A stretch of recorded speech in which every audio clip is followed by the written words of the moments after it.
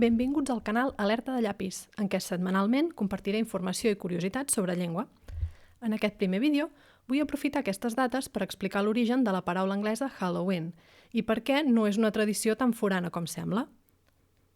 Com sabeu, és una celebració d'origen celta i els emigrants irlandesos la van exportar als Estats Units. Però abans d'anar a trucar portes per demanar dolços, era una nit de culte als morts. I d'aquí el nom? Perquè Halloween és una contracció de All Hallows Eve.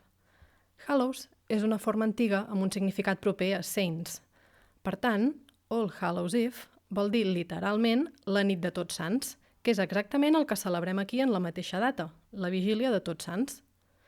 És el mateix paral·lelisme, lingüístic almenys, que New Year's Eve, la nit de Cap d'Any, i Christmas Eve, la nit de Nadal, és a dir, la nit prèvia a aquestes festivitats. Però, amb Halloween, es va produir una contracció fonètica i per això el terme conserva un accent secundari en la primera síl·laba, que encara queda de la forma originària, que era composta. Ara, que a mi m'agrada més la castanyada, ja us ho dic també. Apa, que vagin de gust els panellets i fins al proper vídeo!